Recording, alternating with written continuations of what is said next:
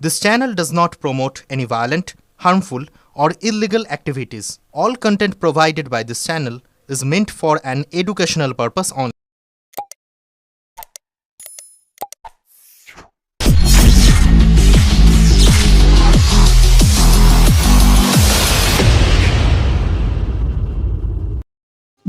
আমরা রবীন্দ্র ভবনে আয়ুষ্মান দিবস উদযাপন করতে চলেছি। আপনারা সবাই জানেন যে বিগত 9 তারিখ থেকে 14 তারিখ অবধি এই উইকটা আমাদের হয়েছিল আয়ুষ্মান উইক, আয়ুষ্মান সপ্তাহ। সেখানে আমরা সরকারের পক্ষ থেকে আমরা যা যা হেলথ রিলেটেড পরিষেবাগুলো দিই সেগুলোকে মানুষের সামনে আরো ব্যাপক আকারে প্রচার করার উদ্দেশ্যে এবং যাতে মানুষজন যেখানে স্পেশালি যেটা আমাদের দূরবর্তী অঞ্চল সেখানকার লোকজন যাতে আমাদের স্বাস্থ্য পরিষেবা গ্রহণ করতে পারে, আমরা কতগুলো কর্মসূচি গ্রহণ করেছিলাম। এক এক দিন এক একটা কর্মসূচি আমাদের ছিল। সেখানে যেরকম ছিল 9 তারিখ আর 11 তারিখ ছিল আউটরিচ ক্যাম্প ছিল।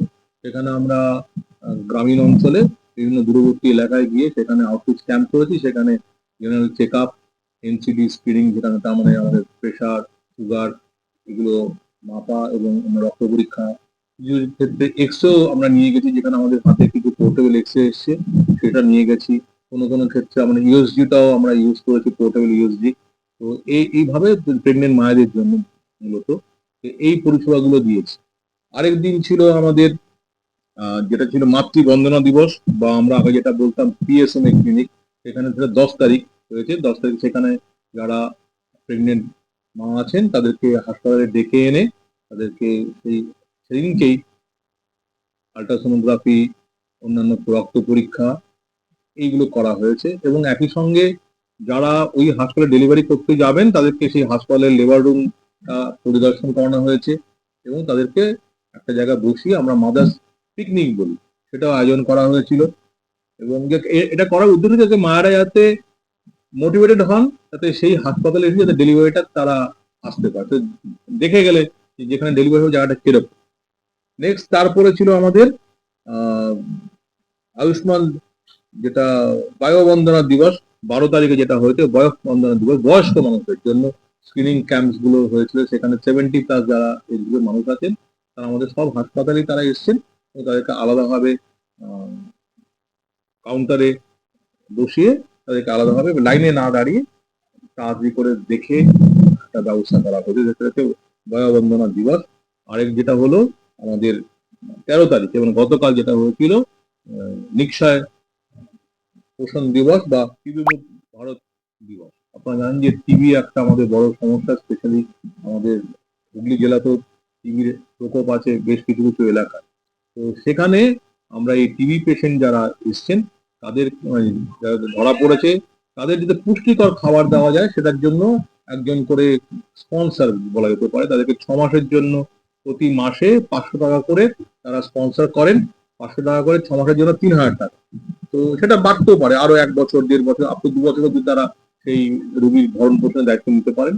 তো সেটাকে আমরা বলি নিক্ষয় পোষণ। তো এরকম আমরা যারা সহৃদয় ব্যক্তি বা সংস্থা আছেন তাদেরকে আমরা বলেছিলাম, অনেকেই সদস্যদের এগিয়ে এসছে।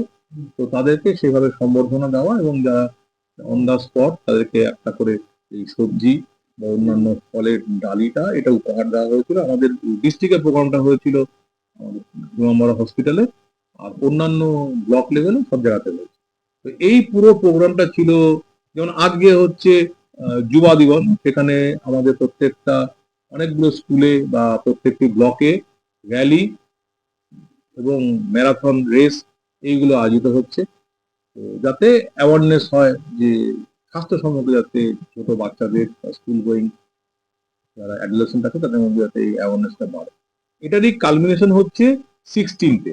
16 তারিখে যেটা হচ্ছে আয়ুষ্মান যে দিবস, সেখানে আমাদের মেন উপলক্ষ হচ্ছে যে আমাদের, আপনারা জানেন যে আগে আমাদের স্বাস্থ্য বীমা যেটা ছিল, যোজনা ছিল, সেটা আস্তে আস্তে উঠে যাবে। 4 জায়গায় আসছে কিন্তু আয়ুষ্মান ভারতের যে কার্ড, সেখানে এটা হচ্ছে আমাদের একটি কি বলবো ইন্স্যুরেন্স কার্ড, যেটাতে 5 লাখ টাকা অবধি তারা এটা কিন্তু ফ্যামিলি কাভারটা হবে অল সর্ট অফ ট্রিটমেন্ট।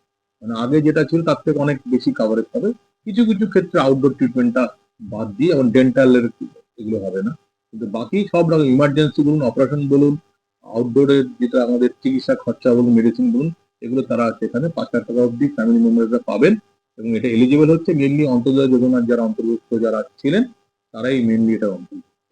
তো সবাই একটা কিছু কাট অফ কিছু আছে ক্রাইটেরিয়া, যে বছরে 8 লাখ টাকার নিচে হতে হবে তাদের উপার্জন, এরকম কতগুলো ক্রাইটেরিয়া।